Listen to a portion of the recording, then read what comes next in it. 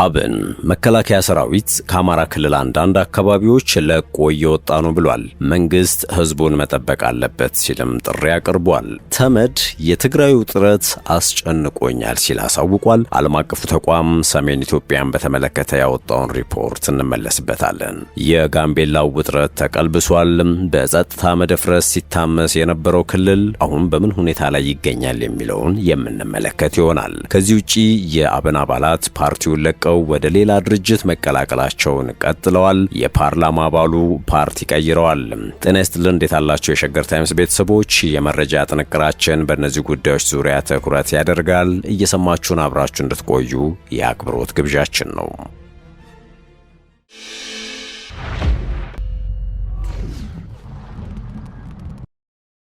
ቀዳሚ ወዳደረግነው መረጃችን እንለፍ። አብን መከላከያ ሰራዊት ከአማራ ክልል አንዳንድ አካባቢዎች ለቆ እየወጣ ነው ብሏል። መንግስት ህዝቡን መጠበቅ አለበት ሲልም ጥሪ አቅርቧል። ሰሞኑን ከአንዳንድ የአማራ ክልል አካባቢዎች የመከላከያ ሰራዊትን መውጣት ተከትሎ የአማራ ክልል ህዝብ ለዳግም ሰብአዊ ቀውስ የሚዳርግ ሁነት ተከስቷል ሲል የአማራ ብሔራዊ ንቅናቄ አብን አስታውቋል። በክልሉ የተለያዩ አካባቢዎች ባለው ነባራዊ ሁኔታ የተመጠነ የጸጥታ አካላት ስምሪት ያለመኖርና የህግ ማስከበር ስራዎች መላላት የክልሉን ህዝብ ከፍተኛ ዋጋ እያስከፈሉት ነው ይላል ፓርቲው። አብን ይህን የገለጸው የፓርቲው ስራ አስፈጻሚ ኮሚቴ ክልላዊ፣ ሀገራዊና ቀጠናዊ ወቅታዊ አጀንዳዎችን በተመለከተ ካደረገው ውይይት በኋላ ትላንት ምሽት ባወጣው የአቋም መግለጫ ነው። ፓርቲው በይፋዊ የማህበራዊ ትስስር ገጹ ይፋ ባደረገው በዚሁ መግለጫው በአማራ ክልል ባለፉት ጥቂት ጊዜያት ታይቶ የነበረው አንጻራዊ መረጋጋት ከሰሞኑ አይሎ በታየ የትጥቅ እንቅስቃሴ መቀየሩን አትቷል። ፓርቲው መግለጫውን ያወጣው በአማራ ክልል የተለያዩ አካባቢዎች የሚንቀሳቀሱ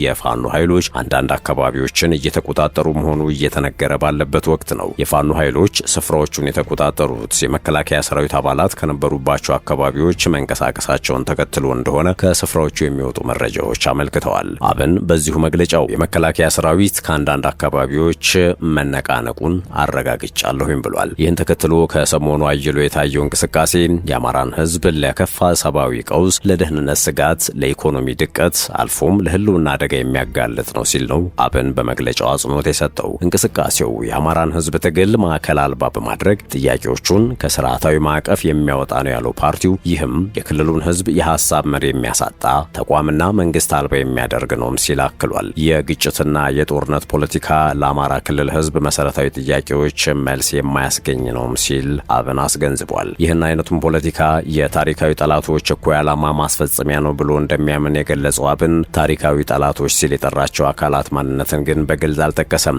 በአማራ ክልል እየተካሄደ ያለው የትጥቅ እንቅስቃሴ በኢትዮጵያና በአማራ ህዝብ ላይ የሚጋሩት ጠላትነት ያስተሳሰራቸው ኃይሎች የተሰማሩበት ነው ሲልም በመግለጫው ወንጅሏል። እነዚህ ኃይሎች አንድም የአማራን ህዝብ ዘላለማዊ ረፍት የመንሳት ዓላማቸውን ለማሳካት፣ በሌላ በኩል ሀገር ለማፍረስ የእጅ አዙር አመራር የሚሰጡበትና የሚሳተፉበት እየሆኑ መምጣቱን ተገንዝበናልም ብሏል። የትጥቅ እንቅስቃሴውን ለኢኮኖሚ ዓላማ የሚጠቀሙ አካላት አሉም ሲል አብን በመግለጫው ከሷል። የትጥቅ እንቅስቃሴው የህዝባችንን ውጫዊና የውስጥ ጠላቶች በራሳቸው አቅም ማሳካት ያልቻሉትን እኩይ ዓላማ እንዲያስፈጽሙ በር እየከፈተ ያለና የህዝቡ መሰረታዊ ጥያቄዎች እንዲዘነጉም እንዲወሳሰቡም የሚያደርግ መሆኑም ስራ አስፈጻሚ ኮሚቴው አስምሮበታል ሲል አብን በትላንቱ መግለጫው ላይ አትቷል። የአብን ስራ አስፈጻሚ ኮሚቴ በወቅታዊ ጉዳዮች ላይ ካደረገው ውይይት በኋላ የትጥቅ እንቅስቃሴ እያደረጉ ላሉ ኃይሎች ለመላው የአማራና የክልሉ ህዝብ እንዲሁም ለፌዴራልና የአማራ ክልል መንግስታት ጥሪዎችን አቅርቧል።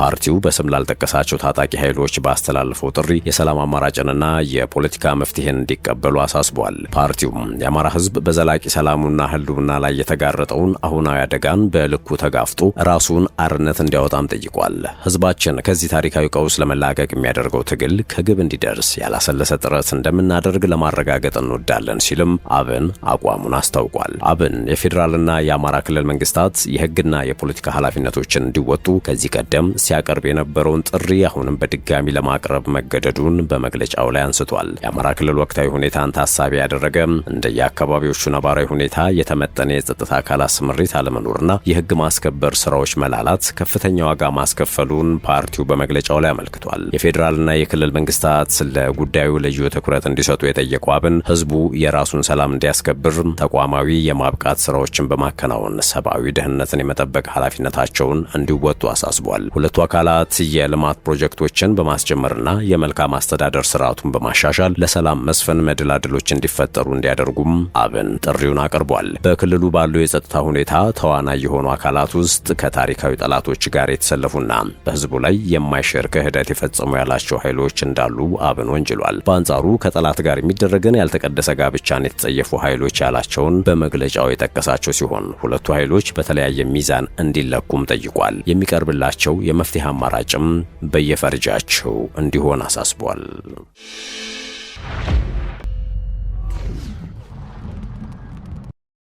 ወደ ሌላኛው መረጃችን እናምራ። የአብን አባላት ፓርቲውን ለቀው ወደ ሌላ ድርጅት መቀላቀላቸውን ቀጥለዋል። የፓርላማ አባሉ ፓርቲ ቀይረዋል። በሰኔ 2013 ዓ.ም በተካሄደው ሀገር አቀፍ ምርጫ የአማራ ብሔራዊ ንቅናቄን ወክለው የፓርላማ አባል የሆኑት ዶክተር አበባው ደሳለው በመጪው ምርጫ ኢህአፓን ወክለው ሊወዳደሩ ነው። የአብን የአዲስ አበባ ጽህፈት ቤት ኃላፊ የነበሩት ዶክተር ይሃለም ታምሩም በተመሳሳይ መልኩ የፓርቲ ለውጥ አድርገው በመጪው ምርጫ እንደሚቀርቡ ተገልጿል። የኢትዮጵያ ህዝባዊ አብዮታዊ ፓርቲ ኢህአፓ በበይነመረብ በሰጠው መግለጫ ሁለቱ የቀድሞ የአብን አባላት ፓርቲውን መቀላቀላቸውን ይፋ አድርጓል። በበይነመረብ የተካሄደው መግለጫ ከሁለቱ የምርጫ ተወዳዳሪዎች ጋር በመሆን የሰጡት የኢህአፓ ዋና ጸሐፊ ሚስጥረ ስላሴ ታምራት ናቸው። ሁለቱ የቀድሞ የአብን አባላት ለዘንድሮ ምርጫ በእጩነት የተመዘገቡት ኢህአፓ አባል በሆነበት ትብብር ለኢትዮጵያ አንድነት በተሰኘው የፓርቲዎች ቅንጅት በኩል መሆኑን ተናግረዋል። ባለፈው መስከረም ወር የተመሰረተው ይህ የፓርቲዎች ቅንጅት ከኢህአፓ በተጨማሪ የመላው ኢትዮጵያ አንድነት ድርጅት መኢአድ፣ አንድ ኢትዮጵያ ዴሞክራሲያዊ ፓርቲና አማራ ጊዮናዊ ንቅናቄ አባል የሆኑበት ነው። ዶክተር አበባውና ዶክተር ይሃለም ትብብር ለኢትዮጵያ አንድነት በተሰኘው የፓርቲዎች ቅንጅት ስር ለምርጫ የሚወዳደሩት በአዲስ አበባ በሚገኙ የምርጫ ጣቢያዎች መሆኑን ገልጸዋል። ሆኖም እጩዎቹ የትኞቹ የምርጫ ጣቢያዎች ላይ እንደሚወዳደሩ ከመግለጽ ተቆጥበዋል። በስድስተኛው ሀገራዊ ምርጫ በአማራ ክልል በሚገኘው ጅጋ የምርጫ ክልል አብንም በመወከል ለፓርላማ ተወዳድረው ያሸነፉት ዶክተር አበባው በዘንድሮ ሰባተኛው ሀገራዊ ምርጫ በአዲስ አበባ ለመወዳደር የወሰኑት አስቀድሞ በተወዳደሩበት አካባቢ ደግሞ ለመወዳደር አስቻይ ሁኔታ ባለመኖሩ እንደሆነ አስረድተዋል። ባለፈው ምርጫ በአማራ ክልል የፍኖተ ሰላም ምርጫ ክልል ተወዳዳሪ የነበሩት ዶክተር ይሃለም ታምሩም እንዲሁ በዘንድሮ ሀገራዊ ምርጫ በአዲስ አበባ ለመወዳደራቸው ተመሳሳይ ምክንያት አቅርበዋል። ሁለቱ የትብብር ለአንድነት እጩዎች ከአብን መውጣታቸውን ቢገልጹም ለፓርቲው በይፋ መልቀቂያ እንዳላስገቡ መናገራቸውን ኢትዮጵያ ኢንሳይደር ዘግቧል። በዚህ የበይነመረብ መግለጫ ላይ ዶክተር አበባው ባለፉት 4 ዓመታት ከአብን አመራሮች ጋር በፍጹም ተገናኝቼ አላውቅም ሲሉ ተደምጠዋል። ፓርላማ ስንገባ ጀምሮ የአብን አመራሮች አግኝተው ተልእኮ ሰጥተውን አያውቁም፣ ተወያይተን አናውቅም። ስንንቀሳቀስ የነበረው በግል እንደ ህዝብ ተወካይነት እንጂ እንደ ፓርቲ አልነበረም ሲሉ የጅጋ ምርጫ ክልል ተመራጩ አክለዋል። በፓርቲ መንቀሳቀስ በጣም አስፈላጊ እንደሆነ የገለጹት ዶክተር አበባው ኢህአፓን ለመቀላቀል የወሰኑት በአሁኑ ወቅት የተሻለ ትግል በማድረግ ላይ ያለ ፓርቲ እንደሆነ ስላመኑበት በመሆኑ ተናግረዋል።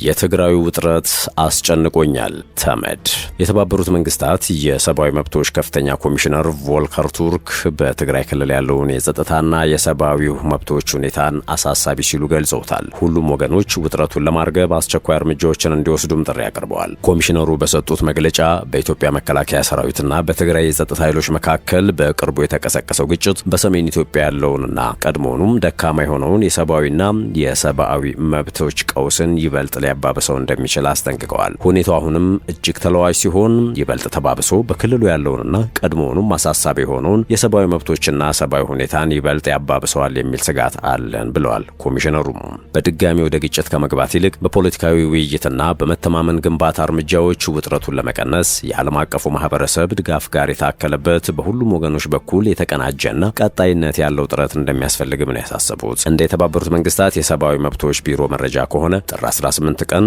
በሰሜን ምዕራብ ትግራይ በተለይም በአማራ ክልል ድንበር አቅራቢያ በሚገኙ ጠለምት አካባቢዎች ግጭት ተባብሶ ነበር ብሏል። የትግራይ የጸጥታ ኃይሎችም በኋላ ከጸለምት አካባቢ ወጥተዋል ሲልም አስታውቋል። በውጊያው ወቅት ድሮኖች፣ መድፎችና ሌሎች ከባድ መሳሪያዎች ጥቅም ላይ መዋላቸውን ሪፖርቶቹ አመላክተዋል። ተርክ በተጨማሪም በግጭት ወቅትና ከግጭቱ በኋላ በሁሉም በኩል ማለትም በኢትዮጵያ መከላከያ ሰራዊትና በትግራይ የጸጥታ ኃይሎች እየተፈጸሙ ባሉ ስርዓቶች ዙሪያ ያላቸውን ስጋቶች ገልጸዋል። ንጹሃን ዜጎች በድጋሚ እየጨመረ ባለው ውጥረት መካከል ተይዘዋል ያሉት ኮሚሽነሩ ከተቃራኒ ወገን ጋር ግንኙነት አላችሁ በሚል ጥርጣሬ የሚፈጸሙ ስርዓቶች መቆም አለባቸው ሲሉ አክለዋል። ከፍተኛ ኮሚሽነሩ አክሎም በደቡብና በደቡብ ምስራቅ ትግራይ የአፋር ክልል ድንበር አቅራቢያ ላይ በትግራይ የጸጥታ ኃይሎችና የትግራይ ሰላም ኃይሎች ተብሎ በሚጠራው ተቀናቃኝ ቡድን መካከል ግጭቶች መቀጠላቸውን ገልጸዋል። ከ2013 እስከ 2015 በትግራይ በተካሄደው ጦርነት ከ1 ሚሊዮን በላይ ሰዎች አሁንም ድረስ ተፈናቅለው ይገኛሉ። ይህ ግጭት ለብዙዎች ሞትና ከ2 ሚሊዮን በላይ ለሚሆኑ ሰዎች መፈናቀል ምክንያት ሆኗል። ምንም እንኳን ትክክለኛው የሟቾች ቁጥር አሁንም አከራካሪ ቢሆንም ኮሚሽነሩ በሁለቱም ወገኖች ተፈጽመዋል የተባሉ የሰብአዊ መብቶች ጥሰቶች በአፋጣኝና በገለልተኛ አካል እንዲመረመሩ ጥሪ አቅርበዋል። በተጨማሪም በኢትዮጵያና በጎረቤት ኤርትራ መካከል በቅርቡ ስለታየው ውጥረት ያላቸውን ስጋት የገለጹ ሲሆን ሁኔታው ይበልጥ መባባሱም በሁለቱ ሀገራት እንዲሁም በሰፊው የአፍሪካ ቀንድ ያለውን ሰብአዊና የሰብአዊ መብቶች ፈተና ሊያባብሰው እንደሚችል አስጠንቅቀዋል። ቀጥለናል። የሸገር ታይምስ ቤተሰቦች የጋምቤላው ውጥረትን በተመለከተ ቀጣዩ መረጃ እናጋራችሁ።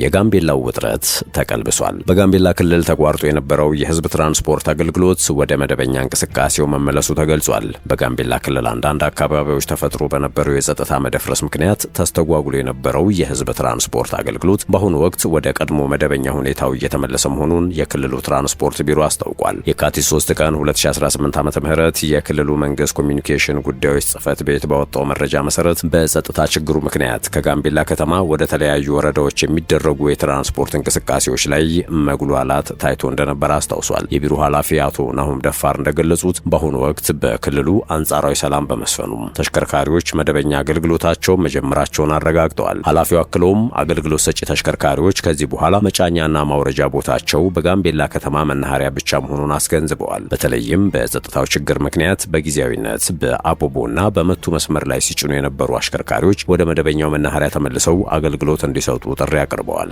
ሌሎች በተለያዩ ቦታዎች አገልግሎት እየሰጡ ያሉ ተሽከርካሪዎችም በቀጣይ ታይቶ ወደ መናኸሪያው እንደሚመለሱ የገለጹት አቶ ናሁም ህብረተሰቡ የትራንስፖርት አገልግሎት ለማግኘት ወደ ከተማው መናኸሪያ በመምጣት መገልገል እንደሚችል አስታውቀዋል።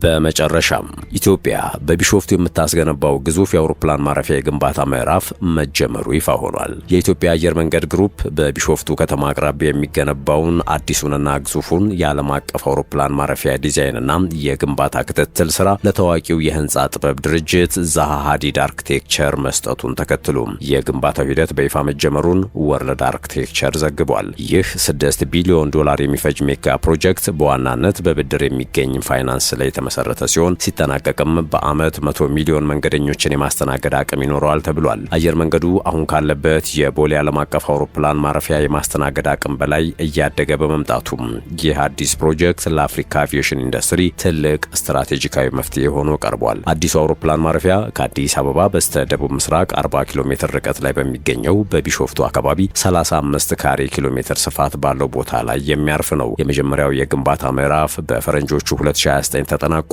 60 ሚሊዮን መንገደኞችን ማስተናገድ ይጀምራል ተብሏል። የኢትዮጵያ አየር መንገድ ዋና ስራ አስፈጻሚ አቶ መስፍን ጣሰው እንደገለጹት አዲሱ አውሮፕላን ማረፊያ በስራ ላይ ሲውል ያሁኑ የቦሌ ዓለም አቀፍ አውሮፕላን ማረፊያ አገልግሎቱ አይቆምም። ይልቁንም ለሀገር ውስጥ በረራዎች፣ ለቪአይፒ አገልግሎቶችና ለቀጠናዊ በረራዎች ትኩረት ሰጥቶ አገልግሎቱን ይቀጥላል። የፕሮጀክቱ ዲዛይን የኢትዮጵያን ባህላዊ ቅርሶችና የተፈጥሮ ውበት ከዘመናዊ የህንፃ ጥበብ ጋር ያቀላቀለ እንደሚሆንም ተገልጿል። ለፕሮጀክቱ ግንባታ ሲባል ከአካባቢው ለሚነሱ ነዋሪዎች የኦሮሚያ ክልላዊ መንግስት ተገቢውን ካሳ መክፈልና የመልሶ ማቋቋም ስራ እንደሚያከናውንም ተነግሯል። ግንባታውም የአካባቢውን ስነ ምህዳር በማይጎዳ መልኩ እንዲከናወን ልዩ የዲዛይን ጥንቃቄ ተደርጓል የተባለው አዲሱ አውሮፕላን ማረፊያ 4 ማኮብኮቢያዎችን፣ ዘመናዊ የንግድ ማዕከላትንና የሆቴል አገልግሎቶችን በማካተት በኢትዮጵያ የኢኮኖሚ እድገት ላይ ከፍተኛ ተጽዕኖ እንደሚኖረውና በሺዎች ለሚቆጠሩ ዜጎች የስራ ዕድል እንደሚፈጥር ታምኖበታል። ባለሙያዎች ግን ግንባታው በስነ ምህዳር ላይ ሊያደርስ የሚችለውን ጫና አስመልክቶ የጥንቃቄ እርምጃዎች እንዲወሰዱ ማሳሰባቸውን የዜና ምንጩ አክሎ ገልጿል። የተከበራችሁ የሸገር ታይምስ ቤተሰቦች ለአሁኑ የያዝነው የመረጃ ጥንቅራችን የተከታተላችሁትን ይመስል ነበር። አብራችሁን ስለነበራችሁ ከልብ አመሰገንን። በያላችሁበት ሰናይ ጊዜ